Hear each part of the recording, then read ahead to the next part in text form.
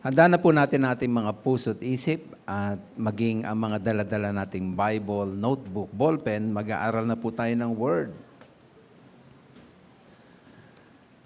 Ating buksan sa aklat ng John, chapter 7, at verse 38 ang ating babasahin.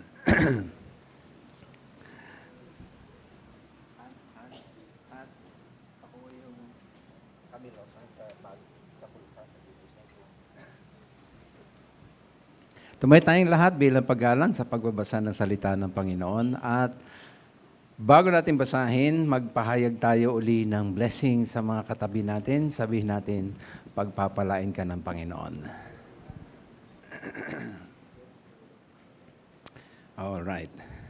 Matapos mabasa, please remain standing. Tayo'y mananalangin at hihingi ng wisdom sa ating Panginoon. John 7:38. Handa po.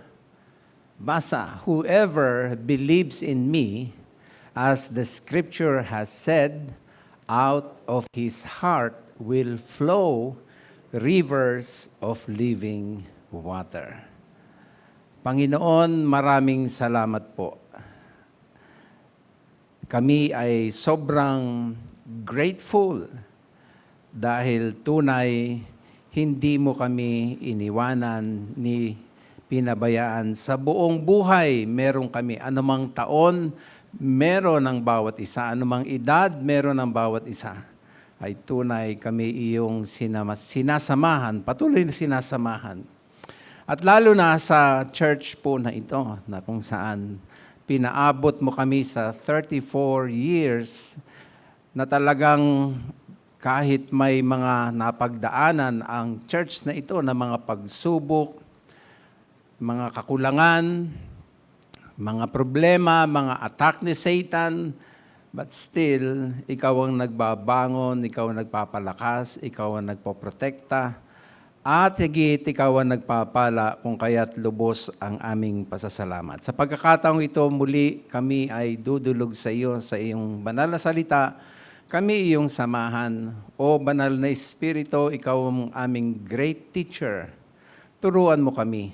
At bayaan mong ang pagkakataong ito'y walang lumampas na blessing. Lahat matatanggap, ma-absorb. Bawat bata, matanda, member, attender, naririto o nasa online, ay lubos na mapagpapala ng iyong banal na salita. So Lord, sa iyo na namin ito pinagtatagubilin, magsalita ka, makikinig kami at magpapailalim sa power at authority ng iyong word. Lukoban mo kami ng iyong banal na dugo at empower mo ang pagkakataon na ito in Jesus' name. Amen. Salamat. Makakaupo na kayo.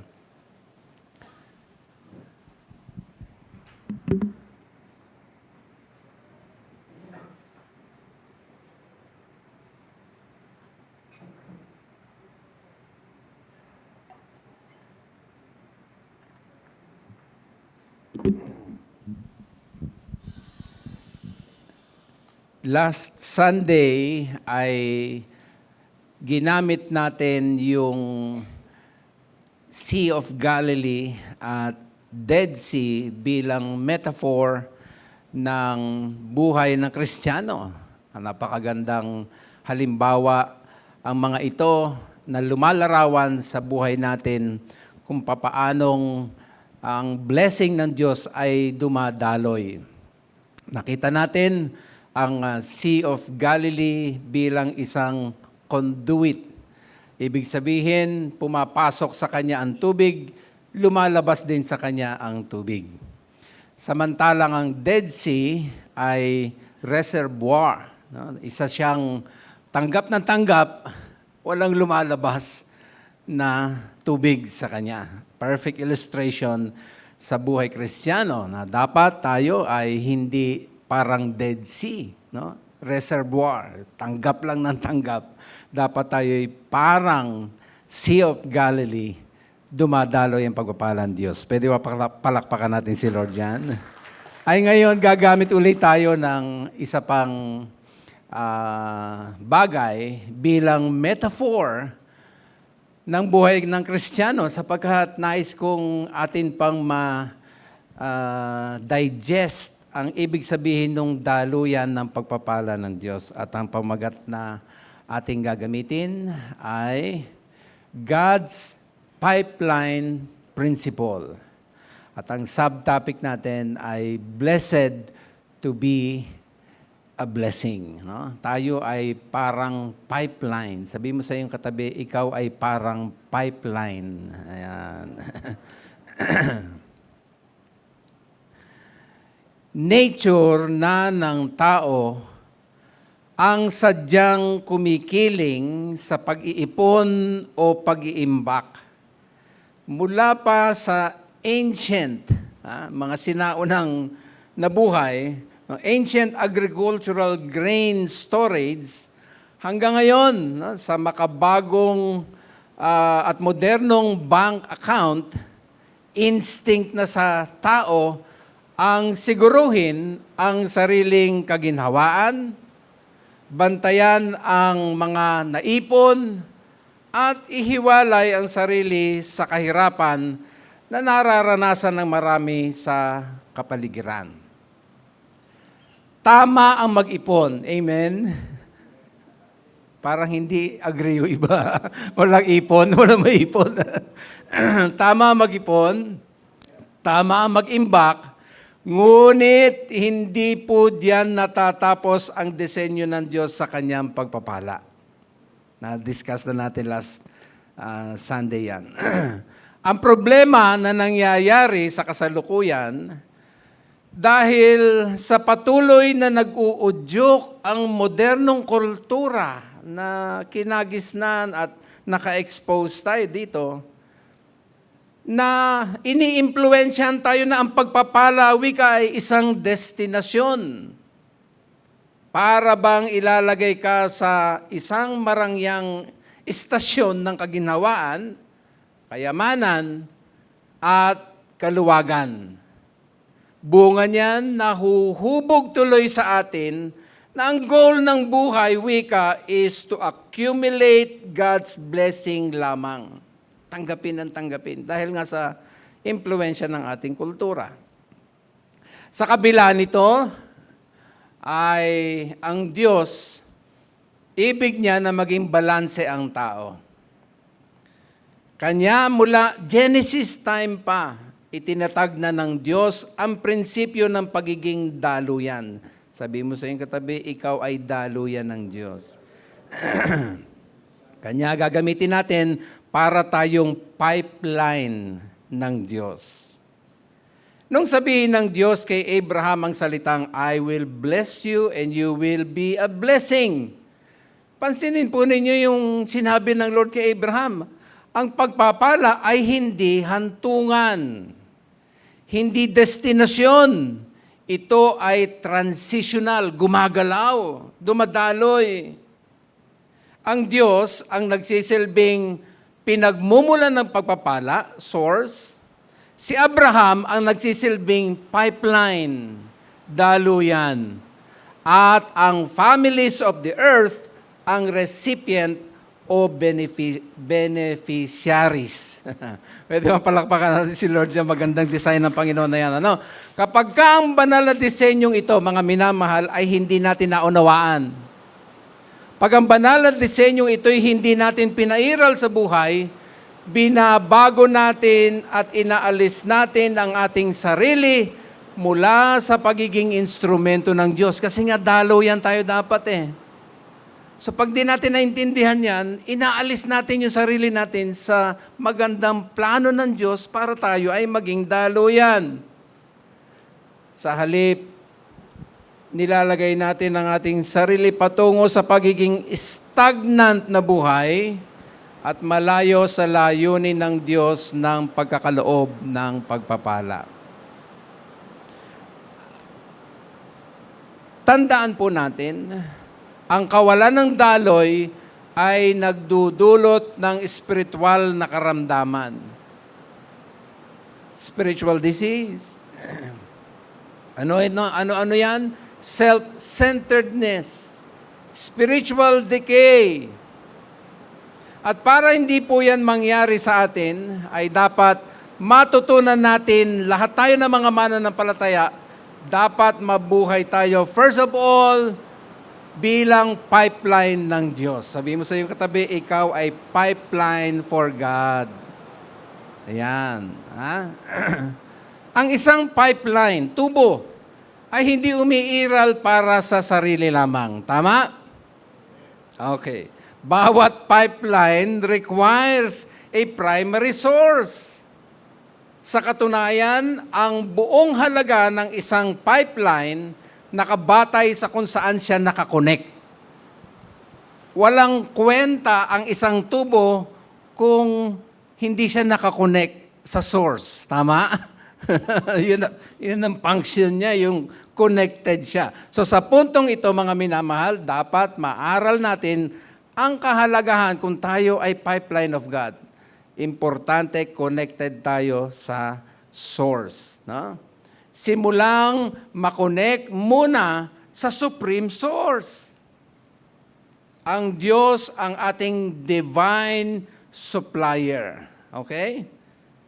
A pipeline, mga minamahal, kung yan ay disconnected from the water source, is just an empty pipe.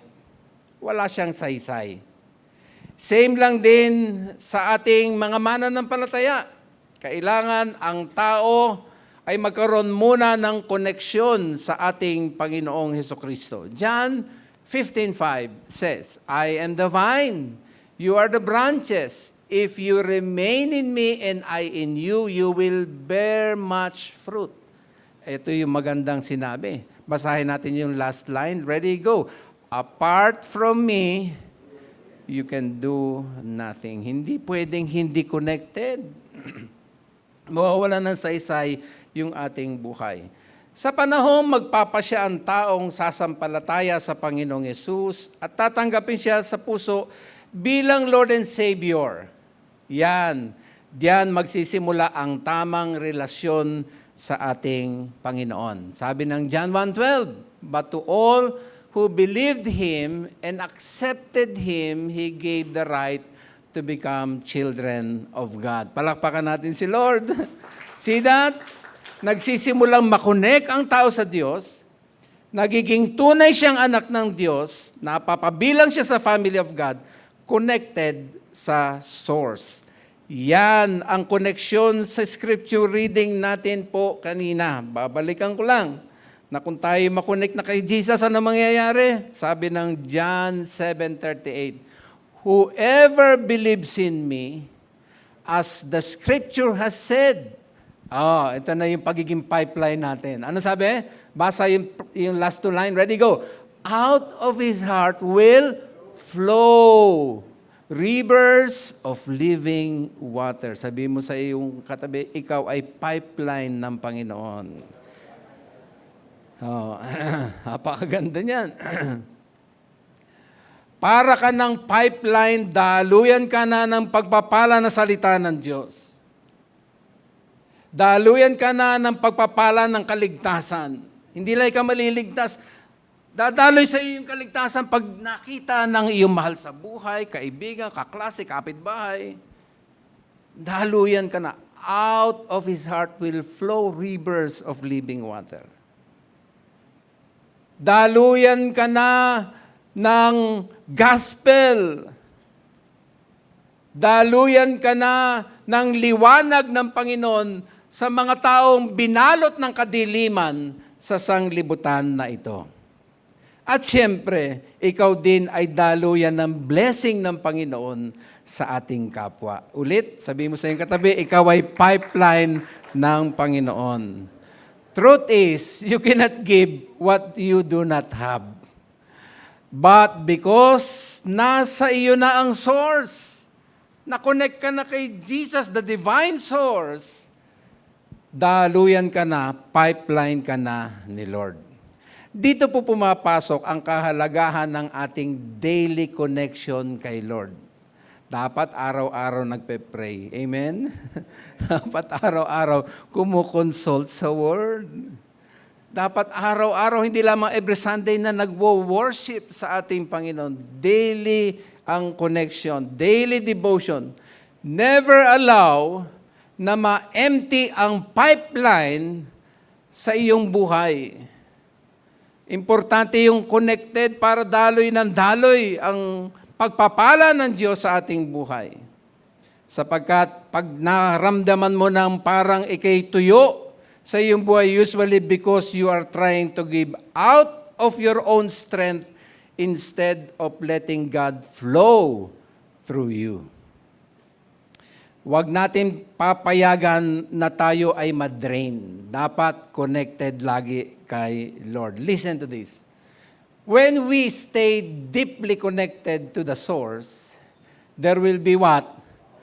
Powerful rushing flow of God's grace through our lives. Pwede bang palakpak tayo kay Lord yan? Sa madaling salita, letter B, paano pa tayo magiging pipeline ni Lord? Ay, siyempre, hindi lamang yung connected. Letter B, magkakaroon ng strong flow sa ating buhay. Maraming dadaloy sa iyo na hindi lang basta daloy. Ang sabi, strong flow from God's power. Tandaan natin siya ang ating divine pumping station. Pag connected ka, dadaloy talaga sa iyo. Strong flow. Kapag ka mahina ang daloy ng tubig sa bahay, discomfort tayo. Tama? Di ba? Lalo kung hindi na-announce, walang naigib.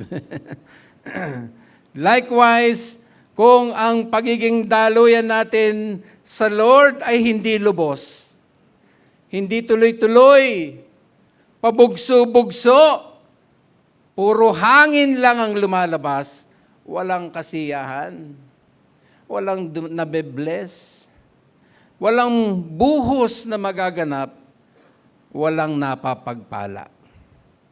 Mamaya bibigyan detalye natin ang dahilan bakit lubos na hindi dumadaloy yung pagpapala ng Diyos through us. Pero, kung ikaw ay mag-iingat palagi, yung ating daily connection sa Lord ang magiging siyang kalakasan natin at magpapalakas ng flow ng God's blessing through us. Tulad ng spiritual abundance. Dadaloy sa atin ang maraming spiritual abundance. Malakas na daloy sa pamamagitan ng ating buhay. Amen po ba? Alam niyo, ang grace of God na natanggap natin, yung kapatawaran ng Lord, yung mga katotohanan tinatanggap natin, lahat yan meant para dumaloy through us at ating masalita, ating maipahayag sa broken at hurting world. Dadalo yan. Mararamdaman at makikita ng tao may kakaibang nangyayari sa iyo. Ginagamit kang pipeline ng ating Panginoon. Testimony ko po, 34 years ng NCF. Lahat ng ipinagkaloob ng Diyos sa akin na mga spiritual abundance, dumaloy lang din through me sa biyaya ng Panginoon at marami ang napagpala. Marami ang tumanggap sa Panginoon. Hindi ko na mabilang. Marami ang nag-surrender ng buhay sa Lord. Marami ang napalakas ang faith. Marami ang nag-decide na maging pastor. Marami ang ginamit sa aking buhay na kung saan natayo ang churches. To God be the glory. Pwede mapalakpakan natin si Lord. Sinong hindi ma-amaze sa ginawa ng Lord sa aking buhay? Dating 2:00 ng madaling araw, umuuwi lasing. Araw ng linggo, maghapon, nandun ako sa silong ng aming kapitbahay, nagtatago sapagkat bawal ang sugal sa aming lugar. So nagsusugal po kami doon sa ilalim ng silong ng aming kapitbahay.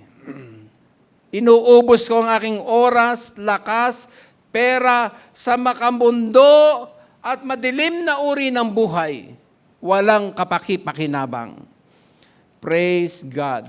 isang araw idinugtong ang aking buhay sa Panginoong Jesucristo at ginamit niya na maging pipeline upang dumaloy ang spiritual abundance sa maraming nangangailangan nito. To God be the glory.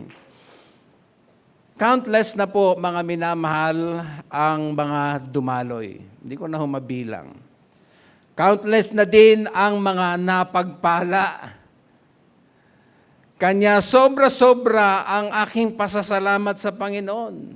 Tama-tama yung kinanta kanina, talagang lagapak sa aking puso. I'm just being grateful to you, O Lord. Ako'y lubos na nagpapasalamat sapagkat ang mapabilang ka bilang pipeline ng Diyos para pagpalain ng mundong ito, isa itong napakataas na pribilehiyong ibinukas ng ating Panginoon. Amen? Kamusta ang inyong pagiging pipeline kay Lord? Marami din bang dumaloy na spiritual abundance? Napagpala din ba sila? Isang napakagandang tanong sa bawat isa. Alam niyo, hindi lamang spiritual blessing ang dadaloy sa inyo ng malakas. Impact yan talaga. Dadaloy sapagkat ang Diyos ang source. Siya yung pumping station. Divine pumping station. Dadaloy sa spiritual abundance and blessing. Mabe-bless ang tao. Malakas din dadaloy sa iyo ang mga material abundance. Pwede ba palakpakan natin si Lord? Totoo yan. Malakas na dadaloy. Maniwala po kayo. Our finances are meant to flow through us para umabot sa nangangailangan, ma-relieve ang mga nagtitiis, at higit ay yung maging daluyan ka para yung gospel ma-spread pa. Kasi ikaw yung nagbibigay, nagpo-provide ng source. Ginagamit ka ng Panginoon bilang pipeline. Sabihin mo ulit sa iyong katabi, ikaw ay pipeline ni Lord. Kung tayo ay pipeline ni Lord, dapat mabuhay tayo. Pangalawa, beyond the leaky pipeline. Wag na ipahintulot na magkaroon ng leak. Bakit may mga disgrasya sa sasakyan na ang kadalasan nawala ng preno? Alam niyo ang dahilan? Nagkaroon ng leak yung tubo. Tumagas yung brake fluid. Maraming dapat tayong maunawaan tungkol dito, mga minamahal. Let me use this illustration. Familiar ba kayo sa lugar na ito? Nakikita niyo na yan kung saan yan? Saan yan? Diyan sa kanto yan, ha? Alam niyo ba yung karatula doon? Ayan. Ewan ko ba tinawag yan na Maynilad Binuksuk Pump Station and Reservoir. Ayan, dyan yan sa Barte. Kaya niya mag-imbak ng 50 million litrong tubig. 50 megaliters. Wow. Malaking tubo ang ibinaon. Inaabot niyo ba yung ginagawa pa yan? Ang lalaking tubo ang binaon. Basta mahabang street dito, papunta doon. Ang lalaking tubo, mega, no? Dambuhalang tubo ang ibinaon. Di tapos na. Inabot niyo rin po ba na minsan yan ay nag-leak? Diyan sa kanto. Grabeng sayang ng tubig ang tumagas. Parang binagyo, baha ng tubig ang dumaloy. Grabe talaga, lakas. Isipin nyo ang pipeline na itinayo diyan. Yan ay para maghatid ng sariwa at malinis na tubig sa bawat bahay dito sa Novaliches at North Caloocan. Maayos at maganda ang pagka-layout ng mga tubo. Siyempre, inaral ng mga engineer yan, chinek yan. Ngunit paglipas ng panahon, nagsimulang magkaroon ng maliit at halos hindi makitang tibak sa bakal nito. Bitak pala. Tibak, ano yun? Parang baka bagong Tagalog yun. Bitak. Dahil sa kapabayaan, inignore, maliit lang yan. Ayan, ang maliit na bitak, hindi tibak. Ang maliit na bitak na ito ay naging malaki na hanggang sa tuluyang nagkaroon ng malaking tagas sa tubo. Habang pinapump ang tubig mula sa pinagmumulan, milyong-milyong galon ng tubig ang bumulusok para lumabas sa lumaking butas. Napunta lang saan? Sa kanal. Putik. Sa halip sa bahay na nangangailangan nito. Walang nakinabang. Ang mga lugar wika na sinusuplayan yan, Bagong Silang, Camarin, Tala, Amparo, at mga subdivision dito sa Along Sabarte. Yan ang sinusuplayan yan. Lahat dyan ay umaasa na may magagamit na tubig. Mahabang panahon ang tiniis ng mga residente ng mga panahon na yon. Baka yung iba hindi pa napanganak. Wala kasing supply walang supply ng tubig dahil hindi naman agad-agad ito nagawa. Marami ang naperwisyo, maraming business ang nalugi, marami ang nagtiis, maraming nahirapan. Anong dahilan? Leak. Sabihin mo sa iyong katabi, leak. Mga minamahal makinig, alam niyo ba, this is exactly what happens when a Christian become a leak pipeline. When we develop spiritual leaks, we waste what God gives us. Sabihin mo sa iyong katabi, ingat. Mistulang naaksaya. Daluyan nga tayo Mistulang naaksaya ang blessing ng Panginoon, marami ang napeperwisyo. Marami ang nawawalan. Dapat sana tatanggap ng blessing ng Diyos dahil sa iyo na nagpabaya ng leak sa iyong buhay, hindi ka naging channel of blessing. Naaksaya pa nga yung blessing. Marami tuloy ang nagtitiis. Marami ang nahihirapan. Sabi mo ulit sa iyong katabi, ingat tayo.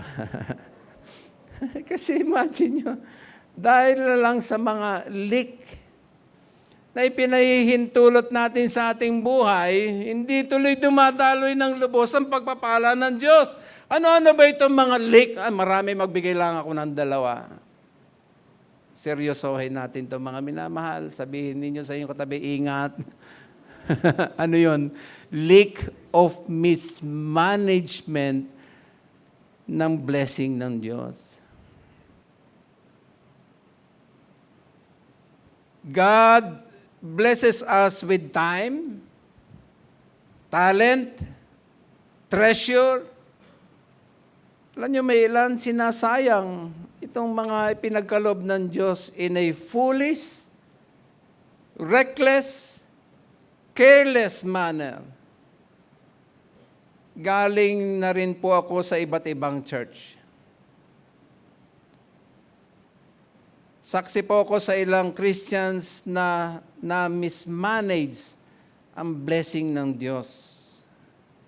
Pangit na pong ikwento. Pangit na marinig. Dahil hindi dapat nangyayari sa Christian. Pangit malaman ng mga detalye. Basta makikita nyo na lamang ay ang bunga, wala ng pag-usad na nagaganap. Naging stagnant yung blessing. Thank God. I'm just being grateful lang talaga. Dahil, tingnan niyo po, tumingin kayo sa paligid ng NCF. Alam niyo, hindi ho sa Kung meron may pagmamalaki, ipagmamalaki ko talaga, ipagmamayabang ko talaga ang gawa ng Diyos. Dahil lahat ng nasasaksihan natin dito ay gawa lang talaga ng Panginoon Diyos. Nababanggit ko po madalas pag may mga pastor, may gathering ng pastor dito, meron kaming Amen Gathering, Association of Ministers, dito sa Novaliches. Pag nagpupunta rito, ulit-ulit nilang sinasabi. At kasi nagpupunta sila, dahil umiikot yan, so siguro sa loob na isang beses po dito na iikot. Sa tuwing napupunta sila, may bago ng bago sila nakikita.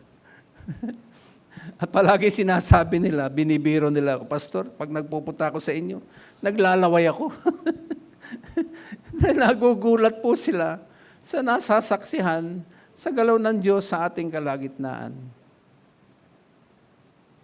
Kung ang mga taga-NCF ay nagmi-mismanage, wala ho kayong makikitang ganito. Praise God, marunong mag-handle ang mga taga-NCF ng blessing ng Diyos kasi sila ay pipeline ng ating Panginoon. Talaga, palakpakan natin si Lord yan. Huwag natin tipirin. Leak of toxic behavior.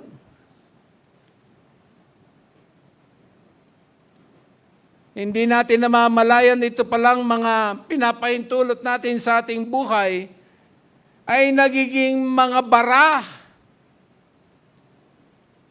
clog in the pipeline, blockades. Tulad na lang ng ating partisipasyon sa mga gossiping, marites, marites, pipeline. Yun ang brand ng pipeline, marites. Hinahayaan nating lubugan tayo ng araw sa ating pagkagalit samantalang sinabi ng Diyos, huwag mong hayaang lumubog ang araw sa iyong pagkagalit. Pinapalampas pa nga natin ang araw, marami pang araw, galit na galit pa rin tayo.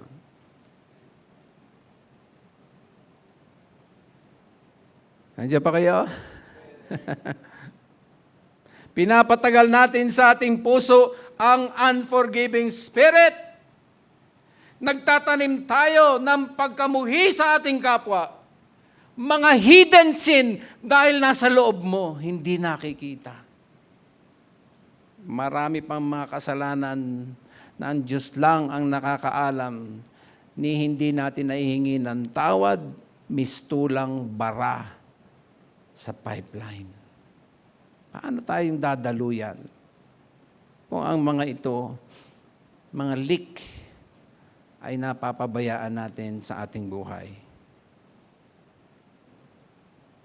Napansin niyo po ba na bawat pipeline na inilalagay ay may mga valve, filter, regulator?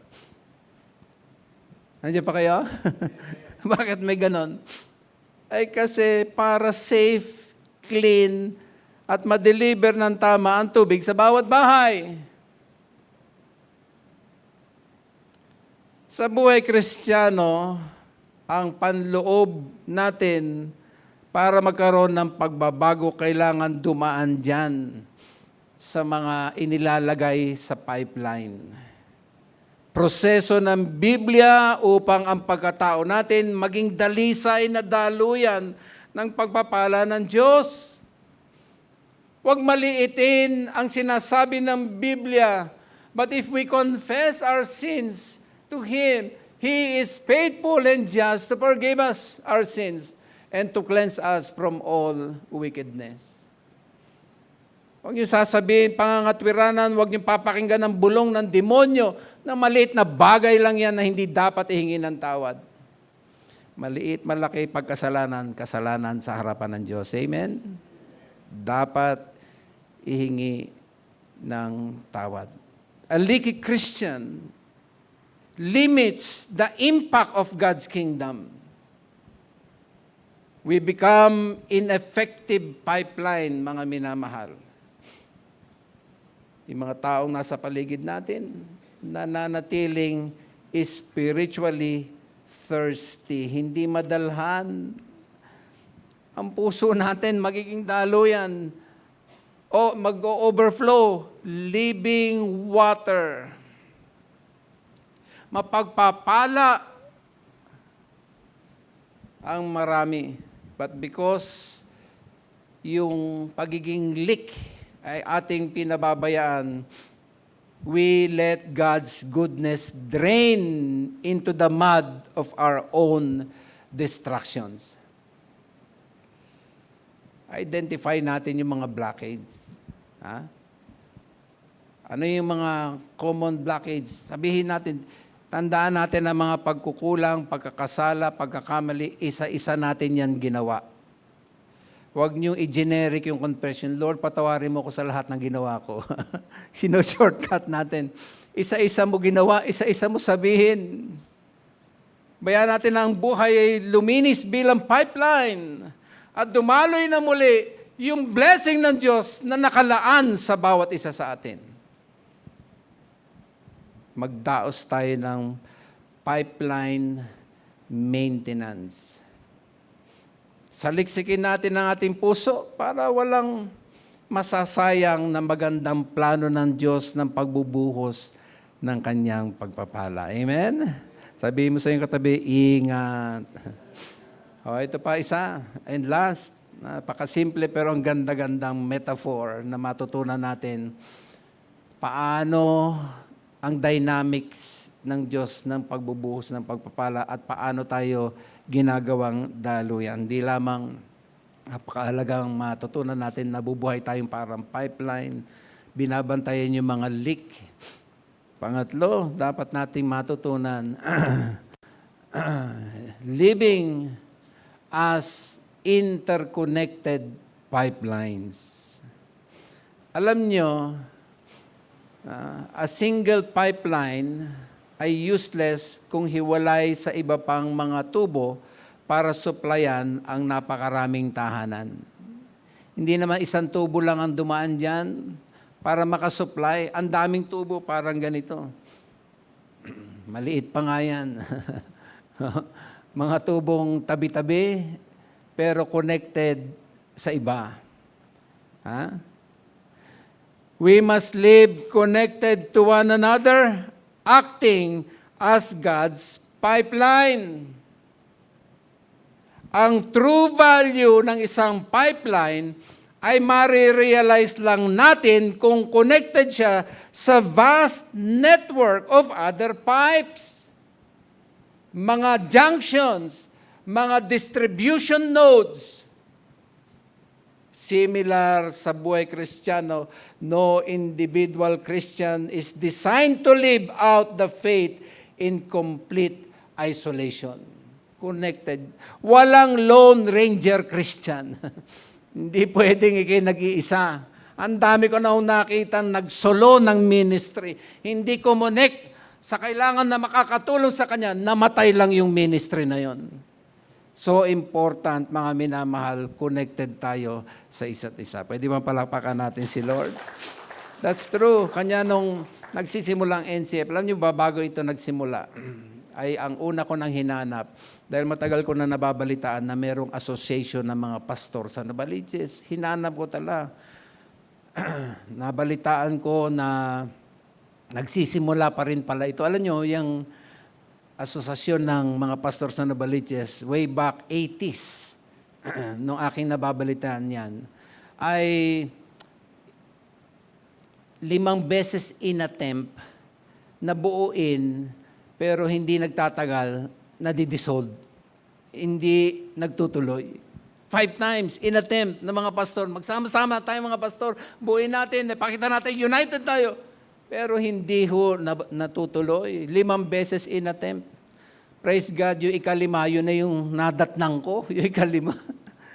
Yun na yung nadatnan ko. At paano tumatag mula noon hanggang ngayon? Tuloy-tuloy. In fact, sa October, dito sa atin ang gathering ng mga pastor. Alam niyo, natutunan ng mga pastor sa 5 taong hindi mabuo-buo, na-realize nila, wala tayong koneksyon sa isa't isa. Puro tayo programa, ang gaganda ng mga programa, mga vision, dahil iba-ibang paniwala, debatihan lang. Kanya-kanyang posisyon ng mga doktrina. So ang ginawa no ikalimang attempt nung mga pioneer nito, na kung saan doon ako napabilang, kabahagi po ako nung nag-pioneer, praise God. Napasama ako doon sa nagsisimula.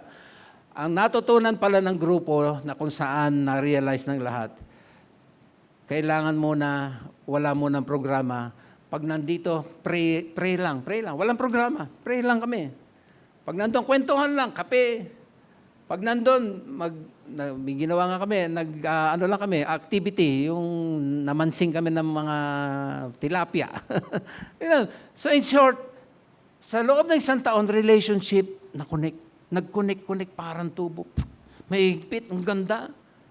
Mula noon, tuloy-tuloy hanggang ngayon, ginagamit ng Diyos ang Amen Ministry sa Novaliches. Hallelujah!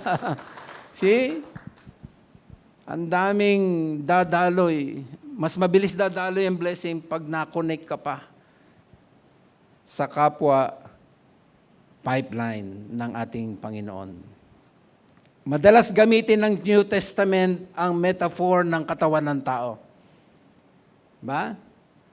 Na kung saan bawat parts, mata, ilong, bibig, kamay, paa, connected sa bawat isa. Hindi pwedeng magagalit si Chan at sasabihin niya, hindi pwedeng magagalit si Bibig kay Chan at sasabihin ni Bibig, bakit ganon? Ako yung taga-subo, siya yung tumatanggap. Ayoko na sa'yo, Chan. Pwede ba yan? Nandiyan ba kayo? Hindi pwede, di ba? Hindi rin pwedeng magalit lahat. No? Magkaisa, mag-unite si ilong, si mata, nakita nila pagkain, pero siya lahat ang nakikinabang, si Tian. Sabi nila, i-boycott natin. Pag may food, pikit ang mata. Pag may masarap na amoy na luto, huwag amuyin. Pagka nandiyan na, isarado ang bibig. Nag-unite sila. Binoycott si Tian. Walang pagkain si Tian. Amen daw. Walang pagkain. Ano nangyari? Bakit hindi ko na maimulat yung mata ko? Ba't hindi ko na may galaw yung bibig ko? Ba't parang nahihirapan ako huminga? Ay, kasi hindi na nila na-realize, konektado sila kay Tiyan. Di ba? Napakagandang metaphor, mga minamahal. Kailangan natin na isa't isa. Sabi mo sa iyong katabi, kailangan kita. Connect tayo. Ayun yun eh. Importante na ma-realize natin yan. Kapag ang mananampalataya ay nahiwalay, na backslide, na pagod, nang hina, ang mga nakapaligid na tubo, kapwa pipeline, ang dapat magpuno, makibahagi sa pasanin, ibalik yung fellowship, palakasin. Tingnan yung sabi ng 1 Thessalonians 5:11. Lahat tayo please, basahin natin. Ready? Basa. So, encourage each other and build each other up just as you are already doing. Pwede bang palakpakan natin si Lord? Ganda, di ba? Galatians 6:2. Ganda nito. Ano pa magagawa ng kapwa pipeline? Ano sabi? Ready? Basa. Bear one another's burdens, so fulfill the law of Christ. I'm done sa pagsasabi sa inyo ng mga mahalagang dapat nating ma-realize sa Christian living bilang daluyan ng pagpapala. Mahalagang konektado, nagbabantay ng maintenance, hindi nagkakaroon ng leak, at mahalagang connected tayo sa isa't isa. Panalangin natin, kung merong dapat ihingi ng tawad, ay ihingi natin ng tawad. Huwag na tayo magtaas pa ng ating mga ego, ng ating pride, sapagkat alam ng Diyos, maliit, malaki, kung merong babara, clog na mga kasalanan dapat ihingi ng tawad, ihingi natin ng tawad. Ask God for a fresh, high pressure ng infilling ng Holy Spirit nang sa gayon lalong dadaloy malakas yung blessing, overflowing blessing sa mga taong nakakasalamuha